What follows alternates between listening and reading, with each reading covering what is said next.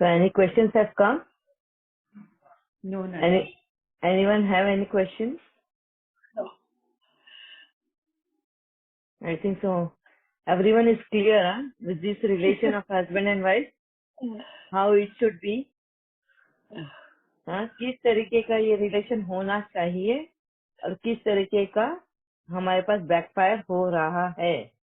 अभी हम जिस भी स्थिति से जा रहे हैं ये बस हमारे कर्मों का बैकफायर है। बस उसको किस तरह से खत्म करना है, फुल स्टॉप लगाना है। सच्चाई से, सफाई से, वफादारी, ईमानदारी, फरमानदारी, इन सब से हमको उस रिश्ते को मजबूत करना है। खोए हुए सबको फिर से गुणों से पाना है। उन रिश्तों में मिठास लेकर आनी है। तो हमारी जंग उसी के लिए है और वो जंग है अपने विकारों के साथ, उन रिश्तों के साथ नहीं, उन दुनिया के साथ नहीं। जंग है हमारी हमारे विकारों के साथ। ठीक है, अगर ये सबसे बड़ा पड़ाव हमारा अगर पार करे ना हम, तो जीत हमारी है, क्योंकि यही मेन है। क्योंकि यही वाला ही रिश्ता हमें आगे चलने के लिए भी मजबूत बनाता है, हमारी हिम्मत बनता है। स्पाउस का जो रिश्ता है, वो एक हस्बैंड को अगर आगे बढ़ना है तो वाइफ की हिम्मत चाहिए, साथ चाहिए। और वाइफ को अगर आगे बढ़ना है तो हस्बैंड का साथ चाहिए, उसकी ताकत चाहिए। तो दोनों को एक दूसरे को साथ देते हुए आगे बढ़ना है। क्लियर है ये वाला? अभी आज से हम लेंगे बच्चों के साथ का। हाँ, बच्चों को अगर देखेंगे आजकल बचपन से ही उनके कर्म सामने आते हैं बच्चों के साथ के। कभी दोस्तों के रूप में, कभी माँ बाप के रूप में, कभी रिश्तेदारियों के रूप में। कभी न कहीं कोई न कोई परीक्षाएं देनी ही पड़ती हैं। माँ बाप उनके कितने भी केयरिंग हो, माँ बाप कितने भी लविंग हो, मगर जो कर्म वो कर कर आए हैं वो तो उनको भुगतना ही होता है। कभी उसी जो प्यार एंड केयर है पेरेंट्स का, उसी का प्रेशर बोलो, समझ लो, उनके लिए वो प्रेशर हो जाता है। माता पिता के प्यार एंड केयर का प्रेशर की वजह से वो कभी कभी तकलीफ में आ जाते हैं। वो खुल के बोल नहीं पाते हैं। वो उन माँ बाप के प्यार को एहसान समझते हैं और एहसान समझते हैं, इसके लिए वो खुल के नहीं रहते हैं अपने पेरेंट्स के साथ। उनको वो एक बोझ लगता है अपने ऊपर। है किसी के ऐसे अनुभव कि उनके माँ बाप ने उनके लिए बहुत किया है, मतलब बचपन से ही उनको ऐसा लग रहा है कि वो बहुत केयर करते हैं, बहुत प्यार करते हैं, और उनको वो एक एहसान लगता है। और यही एहसान की वजह से वो खुल नहीं पाते हैं अपने ही घर में। फिर वो एक सच्चा दोस्त ढूंढने के पीछे लगे रहते हैं, और वो सच्चा दोस्त कभी कभी गलत दोस्त भी हो जाता है। गलत दिशा में भी लेकर जाता है। वो जो पेरेंट्स उसको जितना ध्यान दे रहे हैं, जितना केयर कर रहे हैं, जितना प्यार कर रहे हैं, कोई चीज की कमी होने नहीं दे रहे हैं, वही उसका शत्रु बन जाता है, एनिमी। ये कर्मास है। बोलते हैं ना, अगर सुख मिलता है तो सुख में भी दुख ढूंढते हैं, ऐसी भी आत्माएं हैं। सुख में दुख ढूंढना। अभी उस घर में उस बच्चे के लिए कोई कमी नहीं है, माँ बाप दोनों बहुत प्यार करते हैं, बहुत केयर करते हैं, उसकी कोई भी इच्छा को फॉर ग्रांटेड नहीं लेते हैं। मगर उस बच्चे को वही बहुत बोझा लगता है। वो ये सोचता है कि मेरी माँ मुझे डांटती क्यों नहीं है कभी भी, मैं कितना भी गलत करूँ तो भी वो मुझे समझाती है, प्यार ही करती है।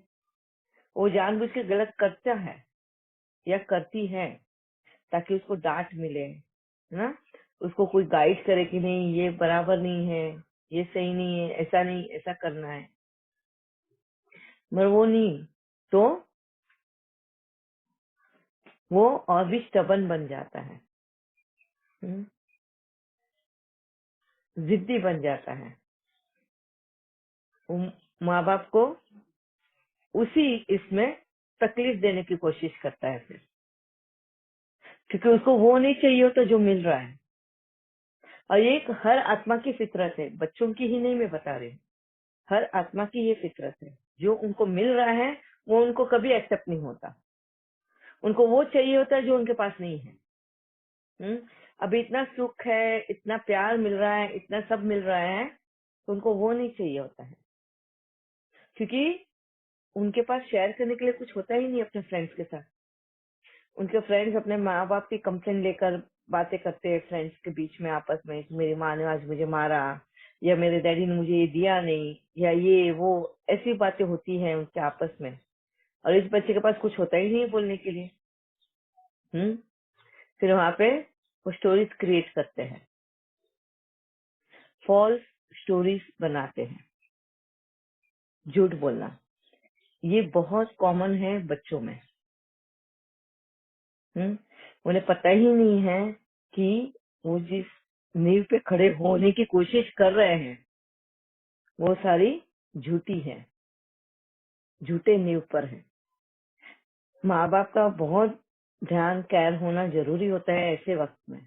बच्चे जब छोटे होते हैं, उनके पहले झूठ अगर पकड़े गए हैं, उनको उधर ही रोकना बहुत जरूरी होता है। उसके पास्ट कर्मस तो पास्ट कर्मस है, वो तो उसके सामने आ ही रहे, आएंगे ही। और यही वजह है कि वो सुख में भी दुख ढूंढ रहा है। और दुख नहीं है तो वो दुख क्रिएट कर रहा है झूठ बोल के,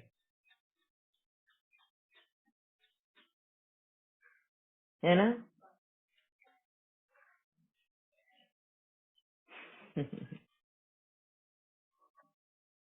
तो ऐसे भी बच्चे झूठ का सहारा लेकर बड़े हो रहे होते हैं।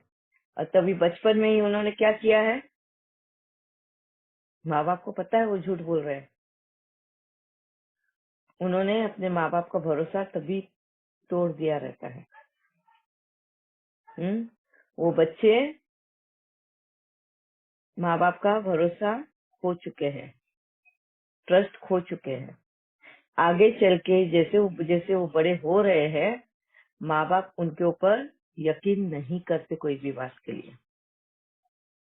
अब क्या होता है, जहाँ वो चाहते हैं तो उसके माँ बाप उस पर भरोसा करे, अब माँ बाप भरोसा नहीं करते, वो दुनिया पे भरोसा करते। दुनिया वाले अगर आके कुछ बोलते हैं अपने उसके बच्चे के बारे में, वो उस पे भरोसा करेंगे मगर अपने बच्चों पे नहीं करेंगे। फिर बच्चे उस वक्त रिबेलियन बन जाते हैं, वो रिवोल्ट करते हैं अपने माँ बाप के साथ। मैं ये खुदाई करी किसने, ये गड्ढे पर रिश्ते में दरार पैदा करी किसने, उस बच्चे ने। और उसको ये कर्म करते वक्त पता ही नहीं है कि वो ऐसा गलत कर्म कर रहा है।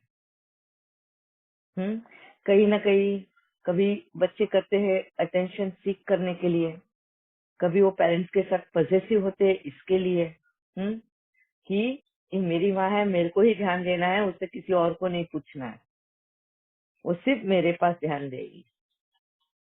बहुत सारे सिबलिंग्स होते हैं, 2-2 3-3 अगर सिबलिंग्स हो, और माँ अगर सभी के पास ध्यान देती है, तो जो बच्चा पॉजेसिव है अपने माँ बाप के लिए, वो उसको बिल्कुल अच्छा नहीं लगता, और फिर जेलसी की भावना उसके अंदर आ जाती है। वो अपने ही भाई बहनों के साथ जलन रखता है, वो मन ही मन में दुश्मनी पाल रहा होता है, बताता नहीं है मगर दुश्मनी पाल रहा है। और जब जब उसको मौका मिलता है बदले की भावना का, वो बदला लेता जरूर है बचपन में ही। ऐसे बहुत से लोग होंगे जिनको अपने बचपन का याद आ रहा होगा, अपने भाई बहनों के साथ में लड़ाई झगड़े, मनमुटाव, प्यार। किसी का एकदम हल्के हल्के रहता है तो वहीं पे खत्म हो जाता है। प्यार वाले जो होते हैं ना, नोक झोंक, तो कोई कोई शादी के बाद भी कंटिन्यू रखते हैं, बहुत दूर दूर तक लेकर जाते हैं। कोई कोई जी तो अपने बचपन की बातों को गांठ मार लेते हैं अपने आप में, मन में। और उस चीज को खींचते ही रहते हैं, खींचते ही रहते हैं, कितने भी बड़े हो जाए तब भी जब भी मिले वो उसी बात को रिपीट करते हैं, है ना। यहाँ पे कोई बच्चे हैं, आई थिंक सो सिर्फ निधि है, निधि या निशा, पता मेरे को याद नहीं आ रहा है नाम। हाँ जी दीदी। या जी मेरा बेटा बड़ा है और बहुत अच्छा है, बाबा की कृपा है। बिल्कुल अच्छा हीरे जैसा बच्चा है। थैंक्स बाबा का। हाँ इसको जी। बोलते हैं ये रिश्तों की देन है हमें। हाँ जी। एक बच्ची भी थी अपने इस ग्रुप में, शायद आज वो वैशाली है दीदी, छोटी है। हाँ। वैशाली ना। हाँ जी। हाँ जी। मुझे वही नाम नहीं याद आ रहा था। हाँ आई एम जी, वेरी वो आज पुअर इन नहीं रिमेम्बरिंग नेम्स। है। तो उसके भी काफी क्वेश्चन थे बच्चों को लेकर। ठीक है, बच्चों का मैं राइट बचपन से ही बता रही हूँ कि माँ बाप ने किस तरीके से ध्यान देना है जब वो स्टार्ट करते ही हैं बहाने देने को और झूठ बोलने को, है ना। बच्चे प्रभाव में आके करते हैं, किसके प्रभाव में आके, अपने सिबलिंग्स के, बाहरी दुनिया के, हाँ, या फिर ओम शांति थी। यहाँ पे मैं एक शेयर करना चाहती हूँ। हाँ जैसा जी। आपने बच्चों का जेलेसी का बोला, और हम्म मेरी डॉटर छोटी है और बेटा मेरा बड़ा है, तो दोनों के बीच में 8-9 साल का गैप है। तो हम्म मेरी डॉटर ऐसा करती है। एक्चुअली जब मेरा बेटा मतलब मेरे पास लेट जाए या मेरे साथ बैठा है या मैं उससे बात कर रही हूँ, तो वो उसके फेस के रिएक्शन चेंज हो जाते हैं कि आप हम्म उससे बातें क्यों कर रहे हो, मेरे साथ बातें क्यों नहीं कर रहे। और वो अब वो जान के उसको तंग करने के लिए ना मेरे से आके हक कर लेगा, तो वो बहुत ज्यादा मतलब बहुत ज्यादा डिस्टर्ब हो जाती है। नहीं, ये मेरी मम्मी है, ये मेरी मम्मी है। तो हम्म बहुत प्यार प्यार से उसको समझाया है, तो अब वो मतलब ऐसा शो करती है कि मुझे फर्क नहीं पड़ा, हंसती रहेगी, या मैं भी उसको नॉर्मल करने की कोशिश करती हूँ। पर लेकिन फिर भी लगता है कि कहीं ना कहीं उसके फेस पे वो चीज थोड़ी सी आती है। वो हम्म किसी के साथ भी ना, किसी के साथ भी नहीं सोती है, उसको बस मेरे साथ ही मतलब सोना है। तो कई बार मैं मतलब मुझे रात को बैठ के काम करना होता है, मेरे लिए बड़ा मुश्किल हो जाता है कि आप नहीं सोओगे तो मुझे नींद नहीं आएगी, पापा के साथ भी नहीं सोना, भैया के साथ भी नहीं सोना, सिर्फ आप ही के साथ सोना। क्या मेरे लिए एज है थोड़ा, उसका? वो अभी भी 4th स्टैंडर्ड में है, मतलब अभी 8-9 ईयर्स की है। ओके। तो मैं बोलती हूँ कि थोड़ा सा मतलब पापा के साथ सो जा, जैसे एक साथ ही है, तो वो नहीं, मतलब उसको मेरे साथ ही सोना है। तो थोड़ा सा मुझे मतलब लगता है कि उसको इंडिपेंडेंट बनना चाहिए। वो बहुत समझाते हैं पर फिर भी जिद कर जाती है वो बीच बीच में ना। ये और काफी उसमें भी बच्चे जेलेसी, जेलेसी थोड़ा सा इस उससे भी है, जैसे अगर हम मतलब मैरिज वगैरह में अगर जाते हैं कभी, तो उसको पता नहीं कैसे ये आया है कि आपने ये ड्रेस पहनी है, मैंने ये ड्रेस नहीं पहनी है, तो वो बेटा उसको जान के और ज्यादा मतलब जैसे छेड़ता है। ब्रदर सिस्टर आपस में छेड़ते हैं, तो वो मतलब हो जाती है थोड़ा सा इरिटेट ना, कि हम्म आपने इतने अच्छे कपड़े पहने हैं, मुझे इतने अच्छे कपड़े नहीं लेके ये, तो इस तरह से कई बार वो करती है। हम्म मोस्टली जब बच्चे छोटे होते हैं, कम से कम 10 साल की उम्र तक, वो बहुत पजेसिव होते हैं अपने पेरेंट्स को लेकर। इवन ये मेरे भी है, मेरा जो बेटा है वो बहुत पजेसिव। उसकी मम्मी को कोई हाथ लगाए, कोई टच करे, कोई उससे बात करे, वो भी पसंद नहीं था। घर में गेस्ट आते थे, अगर मैं उनसे बात करने बैठती थी तो वो तुरंत अटेंशन गेन करने के लिए ऐसी कुछ हरकतें करता था कि मैं अपने आप उसके पास देखूं, उसको पूछूं, उससे बातें करूं और गेस्ट को रुका के रखूं ना, उनसे नहीं। तो उसको उसमें वो खुशी मिलती थी कि देखा आखिर मेरी मम्मी मेरे से ही बात कर रही है ना। तो इस तरीके की छोटी छोटी हरकतें वो करता था। अपनी बहन को भी कभी मेरे बाजू में बैठने नहीं देता था। बहन उसकी बड़ी है, मतलब बेटी मेरी बड़ी है, ऐसे ही 7 इयर्स का गैप है। मगर इतना है लकी कि मेरी बेटी बहुत समझदार है, बहुत अंडरस्टैंडिंग, और वो ये समझती थी। और शायद बाबा की पालना पहले से ही रही है या ज्ञान था ही कुछ, कि वो जब ही सेकंड बेबी आने वाला था तो उसको मेंटली बाबा ने समझो प्रिपेयर ही करके रखा था ना। तो मैं उसको बचपन से ही समझाती थी, ये सेकंड बेबी आएगा तो तू भी उसकी मम्मी रहेगी, तू उसकी छोटी मम्मी है, मैं बड़ी मम्मी हूँ, तो मम्मी का कैसे प्यार होना चाहिए, जैसे आज मैं तुझे प्यार करती हूँ ना, तो तुझे भी वैसे ही उस बेबी को प्यार करना है। तो शायद ये जो पालना दी थी ना उसको बचपन में, तो आज भी उसको वो मदरहुड लगता है। आज उसकी शादी भी हो गई है, मगर उसके लिए उसका पहला बेबी मतलब उसका छोटा भाई ही है। वो इतना ही केयर करती है उसका, उतना ही प्यार करती है। जबकि बेटा मेरा 10 साल का होने तक वो काफी पॉजिटिव रहा है, काफी ना, मतलब बात नहीं करने देता था वो मुझे कभी। उसको मारती भी नहीं थी वो, तो वो झूठ आके बोल देता था मुझे कि मम्मी मेरे को दीदी ने मारा। क्यों? क्योंकि उसने ऐसे किया या वैसे किया, कुछ भी बहाने देता था। हाँ, और वो फेयर बहुत था बेटा, तो वो अपने आप को ही ऐसे पकड़ लेता था जोर से या कुछ भी। या मेरी बेटी ने भी अगर उसको पकड़ लिया है जोर से, उसको स्क्रिबल करे उसके बुक पे या कुछ भी, तो वो आके तुरंत बोलता था कि मम्मी दीदी ने मुझे मारा। और मुझे इतना यकीन था कि बेटी मेरी कभी उस पर हाथ नहीं उठाएगी, वो जितना प्यार करती है उस पर। और यही वजह था कि मैंने कभी उसको जाके पूछा तक नहीं कि तूने क्यों उसको मारा, या तो फिर झूठ मूठ का ही उसको आंख मीचा के बोलूं कि मैं ऐसे ऐसे ही तेरे को मजाक में पूछ रही हूँ, तो बुरा मत मानना इस बच्चे के खातिर। क्योंकि उस बेटे को भी बुरा नहीं लगना चाहिए कि मैं कंप्लेन करता हूँ, मतलब मैं मारता है, मेरी बहन में मुझे मारती है मगर मेरी मम्मी मेरे पे विश्वास नहीं रखती ना। इस तरीके का भी उसको ये नहीं लगना चाहिए, नहीं तो उसका माँ पर का विश्वास उठ जाता है। फिर उसके साथ अगर कभी कोई कुछ गलत हो भी जाए तो उसको डर लगेगा अपनी माँ को बताने के लिए। क्यों? क्योंकि माँ तो मेरे पे विश्वास करती ही नहीं है। मैं कुछ भी बोलने जाऊं तो वो तो ध्यान ही नहीं देती है, उसको सब झूठ ही लगता है। ऐसे करके भी बहुत बार बच्चे अपनी माँ के पास खुलकर बोलते नहीं है। तो यही पता नहीं मुझे कि किस तरीके से मेरे पास ये था पालना देने का। और यही सारी बातें बाबा ने जब भी अभी मेरी उन पीछे हुई वो बातों को याद दिला के मेरे को अभी जब भी कोई काउंसलिंग का आता है तो मुझे ये सारी बातें याद दिलाता है कि तूने किस तरीके से तेरे बच्चों की पालना करी, किस तरीके से उनको तूने ग्रो किया। जबकि मेरे बेटे में उस वक्त जलन की भावना, पॉजेसिव, ये सब था।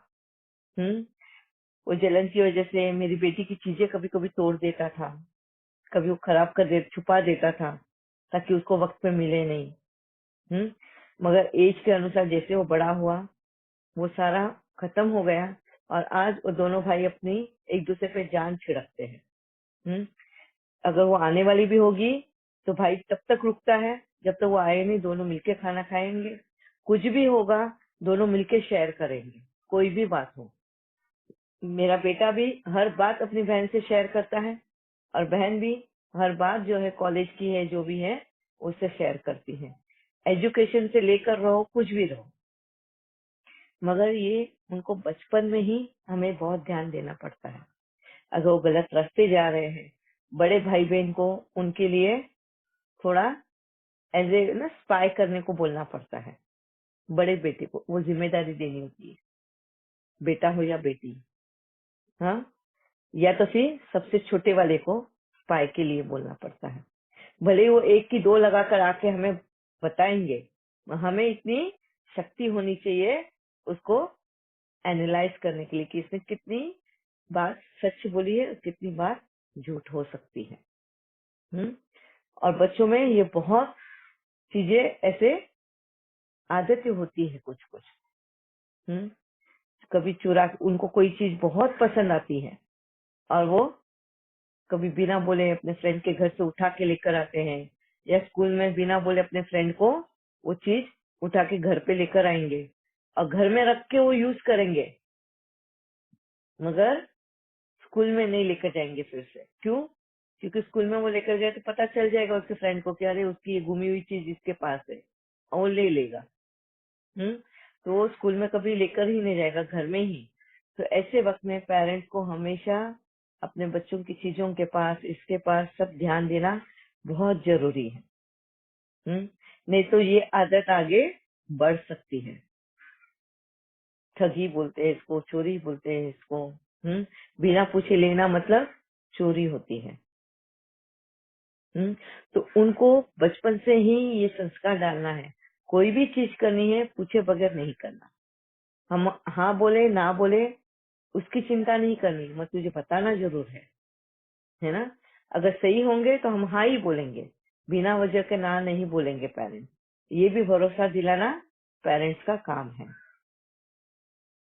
बच्चों के ऊपर का भरोसा हमारा तभी पेरेंट्स का उठता है जब बच्चों की बार बार वो झूठ बोलने की आदत लग जाती है, वो कभी सच बोलते ही नहीं है। बहुत बार ऐसा होता है कि बहुत ही कम वो सच बात बताते हैं, आधी से ज्यादा बड़ा चढ़ाकर झूठ बोलकर बात बताते हैं। मैं ये संस्कार लगता क्यों है उनको ऐसा? जैसे बताया ना कि हस्बैंड और वाइफ में अगर वो देख रहा है 24 घंटे अपनी माँ के साथ रहता है, और माँ 24 घंटे क्या करती है वो बच्चा ध्यान देते रहता है, और शाम को जब वो हस्बैंड आते हैं और हस्बैंड कुछ पूछते हैं तो माँ जिस तरीके से बहाने दे देगी, झूठ बोल देगी, है ना, सफाई दे देगी वो चीजों का, तो वही बातें अपनी माँ से सीखता है। या फिर अपने डैडी को वो कभी फोन पे बातें करते या कुछ करते हुए देखता है, सुनता है, और फिर जब माँ ने अगर पूछा है उसके डैडी को कि ये किधर है या क्या, जो भी पूछे, किससे बात कर रहे थे, क्या कर रहे थे, और अगर डैडी ने झूठ बोल दिया है उधर, तो उसको पता है कि हम भी ये सब कुछ कर सकते हैं, और बचपन से ही ये आदतें वो एडॉप्ट करना शुरू करते हैं, क्योंकि उन्होंने वो आंखों से देखा रहता है कि झूठ बोले तो फायदा ज्यादा दिखता है उनको। मम्मी बच जाती है झूठ बोल के, डैडी बच जाते हैं झूठ बोल के। और हम ये ध्यान तो दे देते हैं कि इनके सामने झगड़ना नहीं है। फिर हमको अगर झगड़ना हो, मतलब पेरेंट्स को अगर झगड़ना हो, तो बेडरूम में रात में जाके झगड़ेंगे, बच्चों के सामने नहीं झगड़ेंगे। तो अब क्या हो गया, हाफ सीनरी उनके सामने आ गया। कौन सी हाफ सीनरी? झूठ बोलने की, है ना। उन्होंने तो देख लिया माँ बाप तो झूठ बोल के बच गए, उनको नहीं पता है कि माँ बाप ने बाद में आपस में एक दूसरे के ऊपर निकाला है वो झूठ सच, ये करके सेटलमेंट कर दी है। झगड़े कर लिए हैं, सेटल हो गया है, वो एक दूसरे को पता चल गया है, एक्सेप्ट कर लिए उनकी गलतियों को। ये बातें उन तक नहीं पहुंचती। तो ये हाफ चीजें ही देखकर वो ही हाफ चीजें एडॉप्ट करते हैं। उनको वो रास्ता आसान लगता है कि वक्त पड़े और झूठ बोल दिया, हमने बहाने दे दिए, हम बच जाएंगे, हमें कोई कुछ नहीं करेगा, और ये आदत उनको बढ़ जाती है। स्कूल में भी स्टडीज में होमवर्क नहीं करके जाएंगे, हाँ, एग्जाम्स नजदीक आ जाए, कॉपी करने के लिए चीट्स लेकर जाते हैं, ये सारी हरकतें करना वो शुरू करते हैं। स्कूल में पकड़े जाते हैं, पनिशमेंट मिलती है, घर पे आके बताएंगे नहीं। स्ट्रिक्ट रूल्स होते हैं स्कूल में कि हमको पेरेंट्स का सिग्नेचर चाहिए इस पे, तो माँ बाप का सिग्नेचर नहीं लेंगे वो, हाँ? किसी ऐसे फ्रेंड को बोल देंगे कि तू साइन कर दे, मेरी मम्मी की साइन ऐसे ही तू कर दे, या डैडी की साइन कर दे। नहीं तो अपने ही घर के भाई बहनों के साथ में उनकी अगर अच्छी बनती है तो दोनों एक दूसरे के सीक्रेट छुपाने में हेल्प करते हैं। तो इस तरीके की उनकी बिहेवियर रहता है घर में हो या बाहर हो। हाँ, जब भी रिपोर्ट या पेरेंट्स मीटिंग होता है तो टीचर जब पूछती है कि आपके बच्चों का ये मार्क्स है, ये है, माँ बाप को तो पता ही नहीं होता है क्यों, उन्होंने कभी रिपोर्ट कार्ड पूछा भी नहीं होता है, ना ही देखा होता है बच्चों के। पेरेंट्स टीचर मीटिंग होती है तभी उनको लगता है कि अच्छा आज रिपोर्ट कार्ड मिलने वाला है। बहुत सारे ऐसे माँ बाप हैं जिनको पता ही नहीं है कि उनके स्कूल में, उनके बच्चों के स्कूल में क्या हो रहा है। क्या नहीं, बच्चे पढ़ रहे हैं, हाँ वो ये क्लास में जा रहे हैं, ये स्कूल में जा रहे हैं, बहुत प्यार कर रहे हैं उनके बच्चों को। उनके बच्चे क्या गलतियां करते हैं उसके पास ध्यान नहीं होता। क्यों? क्योंकि वो आपस में ही हस्बैंड एंड वाइफ अपने में लड़ झगड़ रहे हैं, तो बच्चों के पास ध्यान नहीं होता और बच्चे ये सारी चीजें हरकतें करते हैं। और ये बैकफायर होता है बड़े होने के बाद। ये जाने अनजाने किए हुए कर्म है। उनको जब बचपन में कोई सही राह नहीं दिखाते हैं, सही राह दिखाने के बाद भी अगर वो ये सब करते हैं तो ये बड़े होने के बाद में उनको बैकफायर होता है। बड़े होने के बाद में उनको कभी कभी सपनों में ये सारी चीजें आती हैं, उन्होंने क्या गलत कर्म किया है, कभी डर के मारे उड़ जाते हैं। मगर ये डर क्या होता है उनको पता नहीं, क्यों उनको डर लगता है। कोई एक अनजाना डर लगता है, कोई एक अनजाना, जैसे ना उनको ऐसा लगता है, ये बड़े होने के बाद वाली बात है बच्चे कि कोई उनका पीछा कर रहा है ना, कोई साया घूम रहा है उनके आगे पीछे, और ये अंधविश्वास ना फॉलो करते हैं। एक्चुअली ये उनका सबकॉन्शियस माइंड होता है, जो बचपन में जिन्होंने बहुत बड़ी बड़ी गलतियां की होती हैं, बड़े बड़े ना, जो नहीं करनी चाहिए चीजें, वो चीजें जब करते हैं तो बड़े होकर वही उनका कर्मभोग बन जाता है। वो कभी शांति से रह नहीं पाते हैं। कितना भी सुख हो वो उस सुख का उपलब्धि नहीं ले सकते।